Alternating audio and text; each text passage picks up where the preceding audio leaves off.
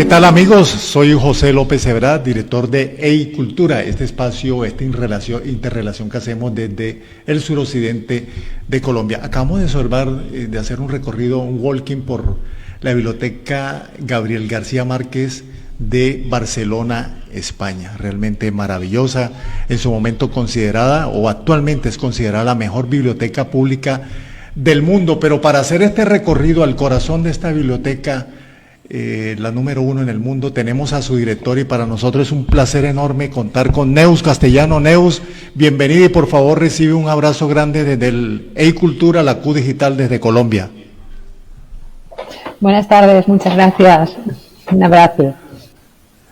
Neus, ¿qué se siente ser la directora de la mejor biblioteca pública del mundo? Y para nosotros un honor que lleve el nombre de nuestro Nobel Gabriel García Márquez. Pues intento no pensar en el continente, prefiero pensar en el contenido.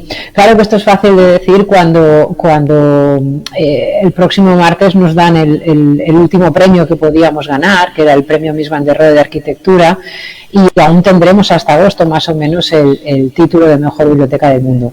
Esto pasará. Lo que no pasará es una biblioteca llena de gente, querida por los vecinos y que tiene la responsabilidad de llevar el nombre de García Márquez. Bueno, Neus, hay una relación que usted, que estuvo hace poco en nuestro país, en Barranquilla, en el Carnaval Internacional de las Artes, tuvo de cerca y tocó la piel de lo que es el Gabo en nuestros corazones. Nosotros sentimos que la distancia más corta entre Macondo y Barcelona está en la biblioteca. Eso si quiere, nos conmueve mucho poder tener esa cercanía, pero resulta que la cercanía viene de muchos años atrás. Inclusive esta versión del Carnaval Internacional de las Artes se llamó precisamente Tres catalanes en la vida del Caribe colombiano, de la Cueva, que era el epicentro de estos maravillosos magos de la palabra, del arte, de la cultura. Luis Vicens, el sabio catalán Ramón Vinyes, y ese maravilloso maestro de la pintura Alejandro Obregón. ¿Por qué se llega a esta decisión de que esta biblioteca tan importante lleve el nombre de Gabriel García Márquez, Neus? Sí es, pude comprobar el cariño y el conocimiento que se tiene, aparte de la obra de García Márquez, de Ramón Vinyes. Ayer mismo participé en un conversatorio en Casa América Cataluña con Darío Vargas, el hijo de Germán Vargas, de la Cueva, y pude repetir todo esto, ¿no? Entonces, ¿por qué la biblioteca lleva el nombre de Gabo? García Márquez fue uno de los autores del boom, que vivió en Barcelona del año 67, nada más publicar 100 años de soledad, al año 74. No solo se dedicó a escribir y estaba aquí porque estaba su agente literaria, trazó una serie de amistades, vínculos con mucha gente de la cultura de Barcelona y catalana, que hizo que él marchara, pero que continuaran estos vínculos y que su familia los continuara. Entonces, cuando Gabo murió, hace 10 años, el Ayuntamiento de Barcelona decidió darle la medalla póstuma y además ponerle el nombre a la próxima biblioteca que se abriera, que ha sido la nuestra. Hemos estado hilando delgadito y resulta que gratamente que la influencia catalán es maravillosa. Por ejemplo, de Ramón Vinyes, el sabio catalán, quien es un personaje clave dentro de la obra de Gabriel García Márquez. Te hago esta introducción, Neus, para llegar a un punto neurálgico que ya tú le diste una antesala, y fue titularlo como el contenido. La biblioteca es seleccionada la mejor del mundo por su contenido. ¿Qué la hace diferente o por qué marca diferencia en cuanto a contenido con las otras bibliotecas que estuvieron compitiendo por este reconocimiento? El premio, aunque se mira el contenido también, que es lo que nosotros más valoramos, el premio se da al año siguiente de inaugurar una biblioteca. Entonces es difícil haber desarrollado el proyecto. Las otras bibliotecas competían también a nivel de forma, como esta, arquitectónicamente es espectacular, pero nosotros le damos mucha importancia al hecho de que la García Márquez no es una biblioteca con todos sus servicios bibliotecarios, sino que está situada en un barrio de Barcelona que no es un barrio de postal, que no es un barrio turístico, que no es el centro de la ciudad, por tanto en una comunidad interesante de vecinos, y que además es muy importante también para la comunidad latinoamericana en Barcelona, por el centro de interés que tiene de literatura latinoamericana. Neus, nosotros seguimos muy de cerca los resultados de pruebas de medición internacional como PISA, donde el tema de lecturabilidad no nos deja muy bien ubicados. Ustedes en España, sobre todo en tu biblioteca, Gabriel García Márquez, ¿cómo trabajan ese tema de la promoción de lectura? ¿Cómo hacen para que los jóvenes se apropien más? Y sobre todo que ustedes tienen un énfasis en literatura latinoamericana, Neus. Sí, pues tengo que decir que en este sentido, tanto el taller, el Club de Lectura de Literatura Latinoamericana, como los dos talleres que se hacen a lo largo del año, sobre todo para jóvenes, hechos por Fernanda García Lao, que tiene un taller con muy perfil, me llama Las que no hicieron un boom, haciendo hincapié en las autoras latinoamericanas que no fueron tan famosas como los autores del boom, y otro con Luis Luna, escritor colombiano residente en Barcelona, que trabajamos también mucho con jóvenes.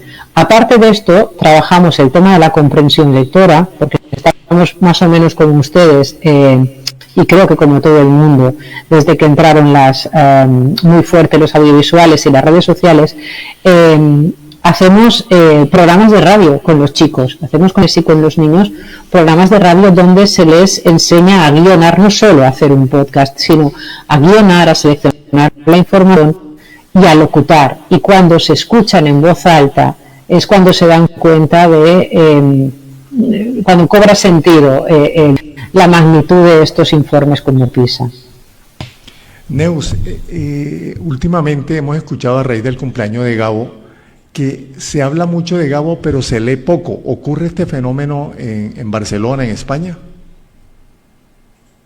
Tengo que contradecir esta afirmación, porque desde que abrimos la biblioteca, y siendo un autor de largo recorrido, como es un clásico como García Márquez, teníamos toda su obra en estantería y rápidamente se agotó, se palió en préstamo, hasta el punto que la primera vez que don Zarcía Barcha, el hijo menor de Gabo, visitó la biblioteca de incógnito, comentó luego a sus amigos: la biblioteca dedicada a mi padre es muy bonita, no he encontrado ningún libro de él, porque estaban todos en préstamo. Y esto no nos ha vuelto a pasar porque hemos triplicado la obra de Gabo. Tenemos 3 copias de cada obra. Neus, vamos a observar unos minutos, vamos a hacer este walking contigo, con tu voz en off.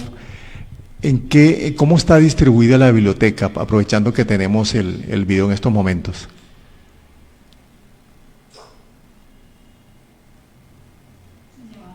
Hilo, que es la escalera, una escalera que atraviesa 6 plantas, incluida el sótano, y este hilo cose todas las plantas que están abiertas a él, y al final hay como una claraboya por donde entra un mar de luz, y desde el exterior la biblioteca parece un espacio más cerrado, pero ahora que estoy viendo la escalera desde el interior, siempre tienes contacto visual con el exterior, con los árboles que hay en la esquina de la biblioteca. La luz es prácticamente natural durante todo el día. Y va desde el sótano, que es donde está la salida al jardín, hasta esta planta, por ejemplo, que es la de juvenil. Aquí hay unas mecedoras que son muy típicas del Caribe colombiano, y unas sillas muy típicas del Caribe colombiano, que quisimos tenerlas cerca por hacer estos pequeños homenajes a Gabo. Esto es la sala infantil, como se puede ver en la gente que está haciendo deberes en las mesas. Y si ustedes se dan cuenta, cuando pasamos de un espacio al otro nunca hay puertas, o sea, son espacios siempre muy abiertos y muy cómodos. Y esto es la tercera planta, esto es la planta, digamos, noble, con este gran ventanal del final que nos conecta con el exterior, más o menos. Neus, a pesar que son, tengo entendido, 6 pisos, no se percibe la diferencia, ¿no? Parece un solo conjunto. Es todo muy continuo, desde el sótano, que sería el piso 0, y del 1 hasta el 4, ¿no? Digamos, son plantas y entre plantas, o sea, no son espacios cortados por por un plano muy definido, siempre están en conexión. De hecho, hay un punto de esta sala, en el lado opuesto donde estamos ahora, que desde ese punto se puede hacer una visión de 360 grados de la biblioteca y se conecta visualmente toda. Es grande, pero está muy bien conectada visualmente. Neus, es muy complejo iniciar a los niños en la lectura en espacios cerrados. ¿Qué es lo que más trabajan ustedes para atraer esa población de nuevos lectores? ¿Cuál es como la mecánica que ustedes adelantan para volverla más atractiva y sobre todo más atractivo asistir a la Biblioteca Gabriel García Márquez? Pues bueno, con los más pequeños trabajamos desde la escuela. Es una línea de trabajo prioritaria en bibliotecas de Barcelona. La García Márquez forma parte de una red de 40 bibliotecas en la ciudad que trabajamos todas con el mismo programa y en la misma línea. Entonces, todos los cursos pasan en algún momento del año por la biblioteca en visitas escolares y todos tienen una relación como mensual de reporte de libros y de materiales que trabajamos los bibliotecarios y los docentes en el aula.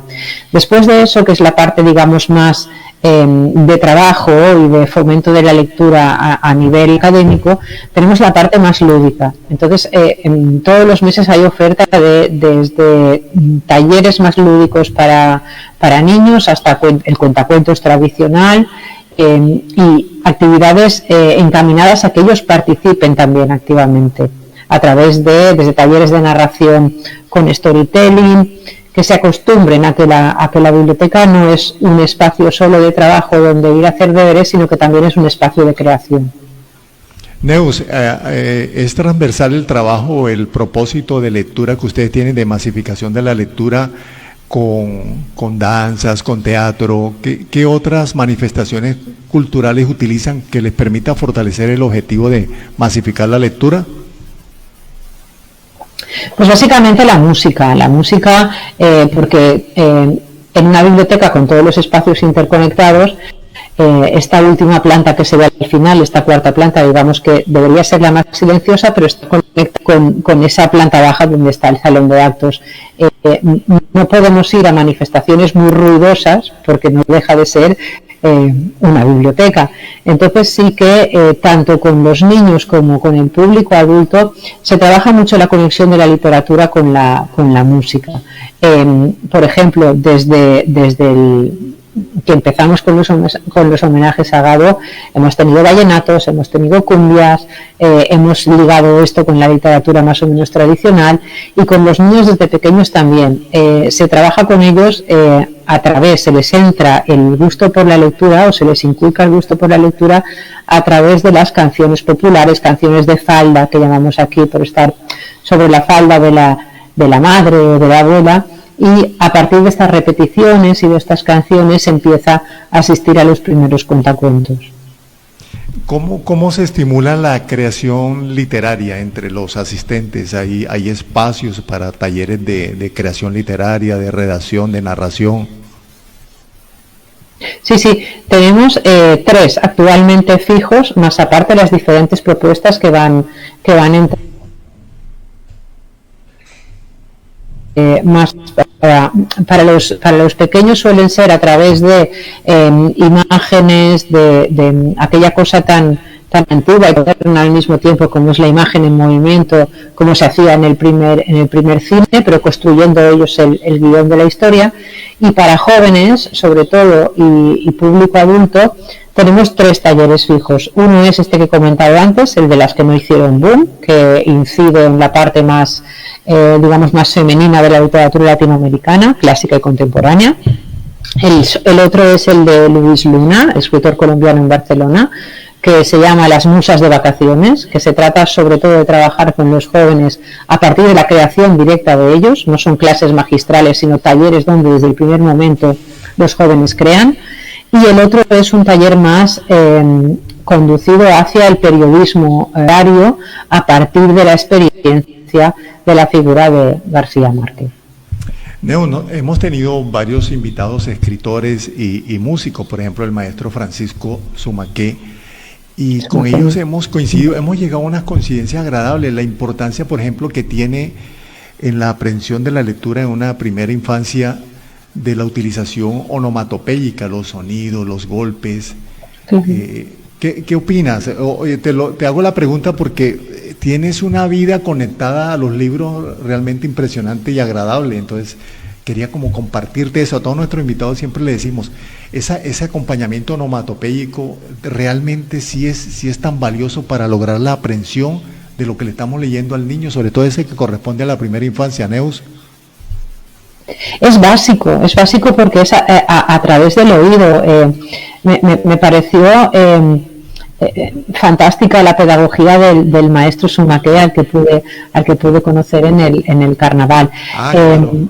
Es que es fundamental, es que un niño, un bebé al que tienes en el regazo, al que tienes en la falda, le empiezas por, no vas a decirle frases complicadas, o sea, empiezas por la onomatopeya, empiezas por cantar las canciones que te han cantado a ti tus abuelas, que a tus abuelas les cantaron sus madres. Esta transmisión, que tiene al mismo tiempo una cadencia, que tiene un tempo, que se repite, se va quedando en el niño. Y esto es lo que es la base para que luego vaya tomando el tempo, el paso de lo que son las primeras narraciones, que son repetitivas, que son con onomatopeyas de animalitos, que son a partir de fábulas. A partir de aquí es cuando estiramos del hilito e intentamos traerlos hacia nosotros. No, realmente te agradecemos, Neus, toda esta explicación. Estamos hablando con la directora de la Biblioteca Gabriel García Márquez de Barcelona, España, y una de las inquietudes, Neus, desde la experiencia que tienes, desde la experticia que tienes en el tema, para esos nuevos lectores que queremos involucrar y que ellos desean hacer parte de este nuevo renacer de Gabriel García Márquez, ¿cuáles serían los libros a recomendar para los más jóvenes? Sobre todo para los padres, comenzarlo en la lectura de qué libros. Iniciamos de pronto por 100 años de soledad, o cuál sería como ese orden para irlos involucrando en algo que para nosotros es un patrimonio literario y de la humanidad, ¿no? Bueno, este es el gran reto que hablamos estos días que estuve en Cartagena con los amigos y compañeros de la Fundación Gabo, por ejemplo, con los que estamos armando un taller para final de año aquí en Barcelona. El gran reto, desde este año, 10º aniversario de la muerte de García Márquez, a el 27, que será el centenario de su nacimiento, es traspasar este imaginario, este mundo de García Márquez literario a los más jóvenes. Nosotros podemos recordar con mucho cariño cuando leímos la primera vez, por ejemplo, yo la primera vez que leí El amor en los tiempos de escuela, recuerdo ahogarme de emoción, ¿no?, hacia el final de la novela. Pero el reto son los jóvenes, y yo lo he intentado, y trabajamos materiales con esto, y a mí me ha funcionado de momento, las pocas veces que lo he hecho, porque no nos ha dado tiempo más, los cuentos porque son de una fuerza, los cuentos con los adolescentes a partir de los 12, 13 años, cuentos tan tiernos como La Santa, como Un viejo con unas alas muy grandes, como El ahogado más bello del mundo. Estas cosas del tránsito entre el mundo de los vivos y los muertos, que es tan mágica, que es lo que viene a llamarse el realismo mágico, que a ellos les fascina, más que por las obras, digamos, grandes y complejas, que luego ya llegarán. Pero los cuentos funcionan muy bien con ellos. Ojos de perro azul, por ejemplo, les gusta mucho. En el caso tuyo, te invito, Neus, a que nos digas cuál es ese listado que está conectado a tu corazón. ¿Cuál sería el primer libro? De la obra de García Márquez. De García Márquez. Bueno, tengo que reconocer que yo hace muchos años, no porque dirija la biblioteca desde hace un par de años, yo hace muchos años que leía el maestro, por una razón que descubrí en el carnaval de la mano de un gabólogo, y es que García Márquez es un escritor, al contrario que los otros del boom, que Fuentes, que Vargas Llosa y que Cortázar, que eran más urbanos, es un escritor muy ligado a la ruralidad y a la oralidad, al contarla más que al escribirla, a estas cosas que le contaban los guayús de su casa, que contaba la abuela Tranquilina o la abuela Mina, que él decía que era capaz de contar las cosas más inverosímiles con cara de palo. Pues esta pequeña, me pasaba con mi abuela, con mi tía abuela, que todavía que tiene 93 años y todavía me fascina que me cuente cosas como cuando era una niña. Entonces conecté mucho con este mundo de Gabo porque me era muy familiar. La primera novela que me gustó mucho fue El amor en los tiempos del cólera. 100 años, la primera vez que la leí me mareó un poco porque nunca sabía dónde estaba con esta cosa de jugar con los nombres, de ir cambiando José Arcadio, Arcadio José y estas cosas, pero luego con los años la he vuelto a releer y es mucho más atrevida y mucho más ambiciosa 100 años que El amor en los tiempos del cólera. Pero yo tengo una especialista en Cartagena de Indias y he sido muy feliz de poder visitarla finalmente cuando yo ya la había visitado en mi mente muchas veces. Neus, y esa relación que existe entre Gabo y la música. Gabo definitivamente hay mucha musicalidad. 100 años de soledad para él es un gran vallenato, el amor en los tiempos del cólera es un bolero, el más reciente, bueno, el con el que cierra su producción, en agosto nos vemos, Bach está muy presente. Esa musicalidad de pronto hace que guste más, por ejemplo, a lectores nuevos que apenas se inician, a los jóvenes, a los niños. Bueno, yo creo que es una manera también de entrarles, ¿no? Pero cuando se hablaba de esta última novela pude asistir en Cartagena al club de lectura de En agosto nos vemos, justamente con Orlando Ontiveros, que es un gran gabólogo, y cómo desgranó. Oliveros Ontiveros. Desgranó cada capítulo hasta la última referencia literaria y musical, que bueno, nos puede sonar Bach porque se llama Ana Magdalena Bach, la protagonista, y porque lleva el nombre que lleva, pero realmente es jugosísimo. Entonces es una buena idea acercarse a los jóvenes a través de ponerles música a estas historias. Neus Castellano, de verdad estamos muy agradecidos por tenerte con nosotros, que estés al frente de una biblioteca que es considerada la mejor del mundo, biblioteca pública, y que continúen ese trabajo porque realmente nos emociona tanto. Una última inquietud, Neus, ¿qué los textos o los autores que más buscan los vecinos del barrio donde se encuentra la biblioteca Gabriel García Márquez en Barcelona? Pues no es un tópico porque la biblioteca no solo tiene esta especialidad en literatura latinoamericana y la obra de García Márquez, sino que tiene todas las novedades en castellano, en catalán, en inglés que tenemos en el mercado, ¿no? Pero cuando yo repasé antes de venirme para Colombia, digo, porque mira, que me van a preguntar qué es lo que más se lee de García Márquez, es que no es un tópico. Todos los meses, entre los 5 primeros, se puede colar el premio San Jordi, pero siempre está El Coronel. No sé qué le pasa al Coronel, no tiene quien le escriba, que tiene un éxito fantástico. Está El Coronel y 100 años está también entre los 5 primeros, y bueno, luego se mezcla con Mariana Enríquez, que es una escritora que sale mucho también y que está pegando mucho en España, pero no es un tópico que a Gabo no es un clásico y dices, bueno, los clásicos están en la estantería pero nunca se leen. No, las estanterías de Gabo suelen estar vacías. Neus, al comienzo de la charla hiciste una referencia que habías estado, no sé si ayer, en un conversatorio, un encuentro con el hijo de Germán Vargas, Mauricio Vargas, que es director de cine, lo recordamos. Darío Vargas. Darío, que es director y lo recordamos por unas series maravillosas que se produjeron en Colombia. Su padre siempre considerado que todavía no se ha visibilizado el nivel, y mire, voy a ser un poco atrevido, me voy a tomar la libertad de decirlo, de las grandes influencias de Gabo en su producción. El silencio, yo alcancé a conocer al maestro Germán Vargas y me parecía maravilloso, era un personaje grande, no tienes la misma percepción que todavía que falta, porque los que amamos la obra de Gabo conozcamos a Germán Vargas y la influencia que tuvo en la obra literaria de nuestro Nobel. Sí, totalmente, porque ayer dijo una cosa muy importante Darío, y es que más que un grupo de escritores o de que lo eran, una teoría literaria potente. O sea, lo que leían estas personas y lo que llegaban a compartir de lecturas. Germán Vargas era un poco el que hacía con Ramón Viñes. Cuando Ramón Viñes vuelve a Barcelona, Cataluña, para morir en el año 52, el último cuento que envía, que es su único cuento en castellano, Un caballo en la alcoba, que es el que ha hecho Darío, el cortometraje ahora, lo envía a través de Germán para que se lo envíe a Gabito. O sea, esa relación constante, hablando siempre de lecturas y comentando siempre lecturas, son tan importantes para la formación de Gabo como lo puede ser lo que le pudieran contar en su familia. Entonces, evidentemente que Germán Vargas, que Álvaro Cepeda, son grandes fuentes de información en ese sentido también para la formación de la obra de Gabo.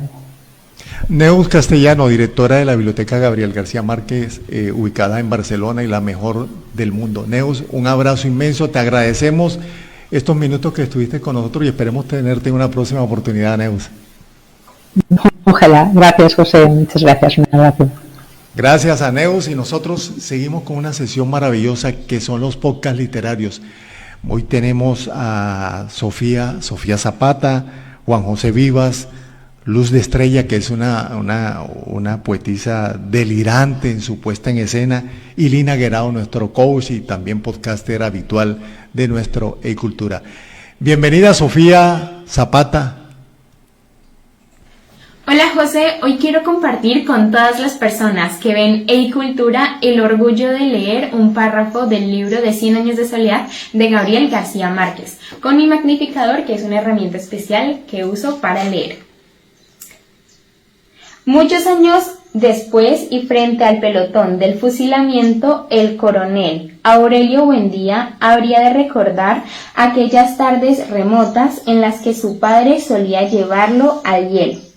Macondo en ese entonces era una aldea de 20 casas de barro y caña brava construidas a la orilla del río, con sus aguas tisfanas que se precipitaban por el lecho con sus piedras pulidas blancas tan grandes como huevos prehistóricos.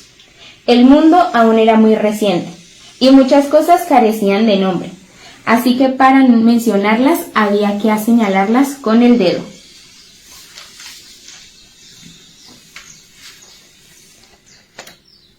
Todos los años por el mes de marzo, una familia de gitanos instalaban y plantaban su tienda muy cerca de la aldea para mostrar y dar a conocer sus inventos.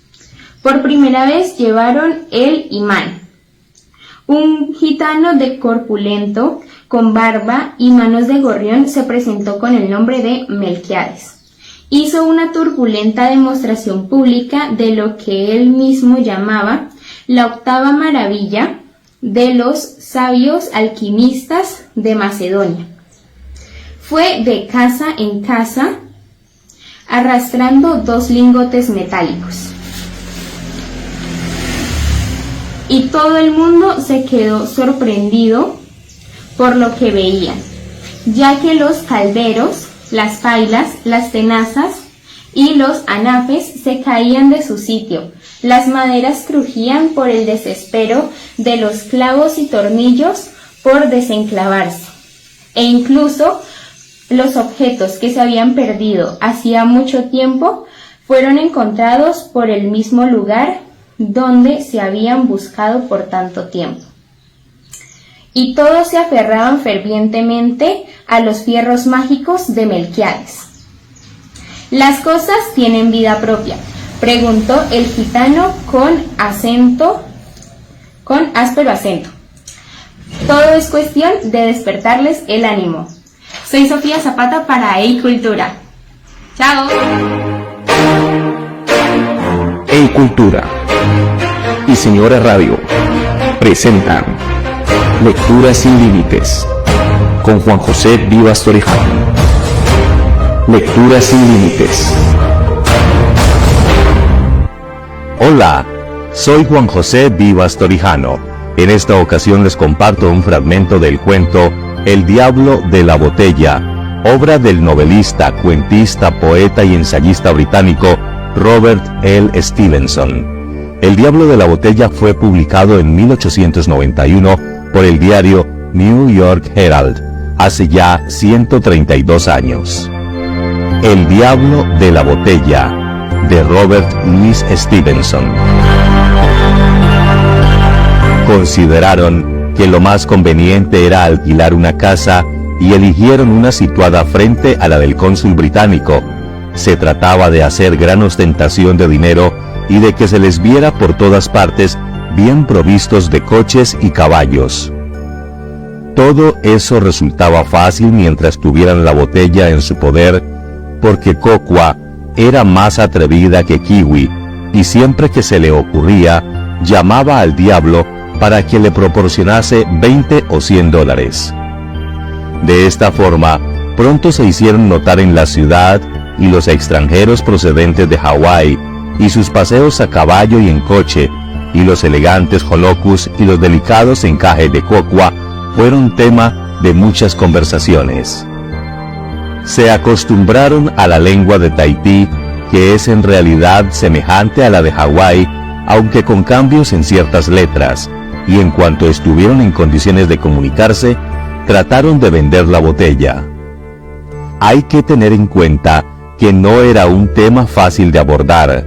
No era fácil convencer a la gente de que hablaban en serio cuando les ofrecían por 4 céntimos una fuente de salud y de inagotables riquezas. Era necesario además explicar los peligros de la botella y o bien los posibles compradores no creían nada en absoluto y se echaban a reír, o se percataban sobre todo de los aspectos más sombríos y adoptando un aire muy solemne, se alejaban de Kiwi y de Kokwa, considerándolos personas en trato con el demonio. De manera que en lugar de hacer progresos, los esposos descubrieron al cabo de poco tiempo que todo el mundo les evitaba. Los niños se alejaban de ellos corriendo y chillando, cosa que a Kokwa le resultaba insoportable. Los católicos hacían la señal de la cruz al pasar a su lado, y todos los habitantes de la isla parecían estar de acuerdo en rechazar sus proposiciones. Con el paso de los días, se fueron sintiendo cada vez más deprimidos. Por la noche, cuando se sentaban en su nueva casa, después del día agotador, no intercambiaban una sola palabra, y si se rompía el silencio, era porque Kokwa no podía reprimir más sus sollozos.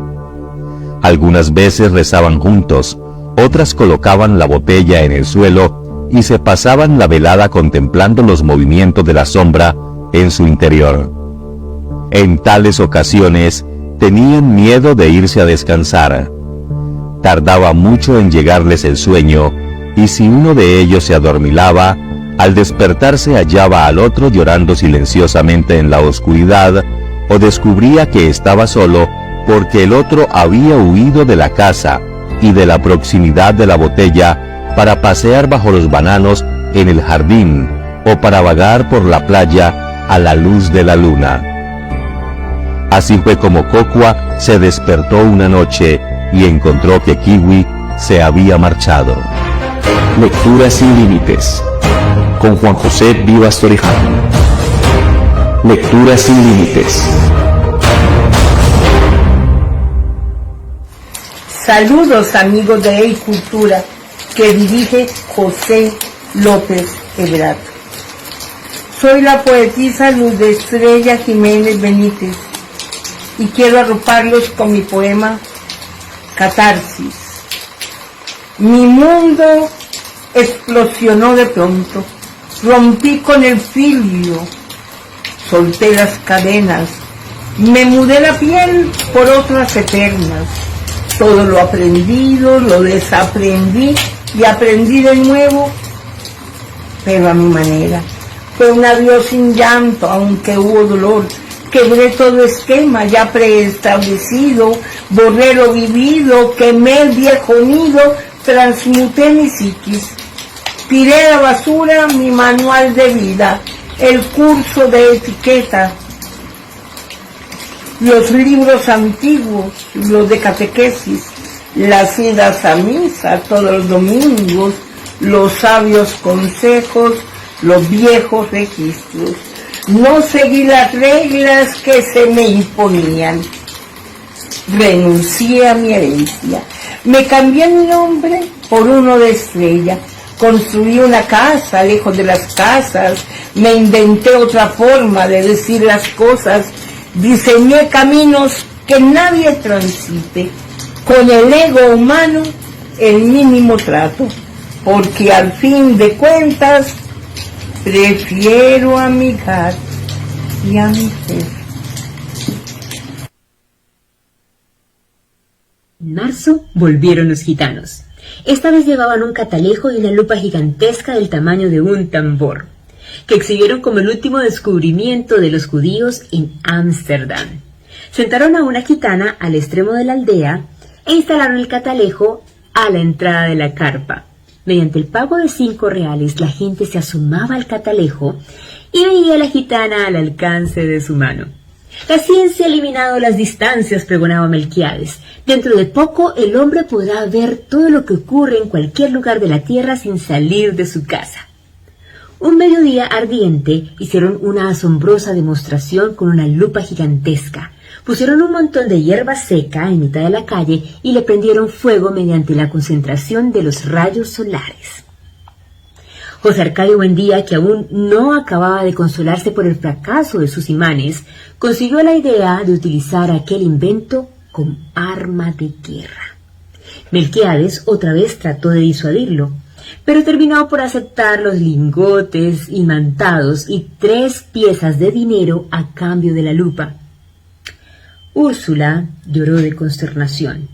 Aquel dinero formaba parte de un cofre de monedas de oro que su padre había acumulado en toda una vida de privaciones y que ella había enterrado debajo de la cama en espera de una buena ocasión para invertirlas.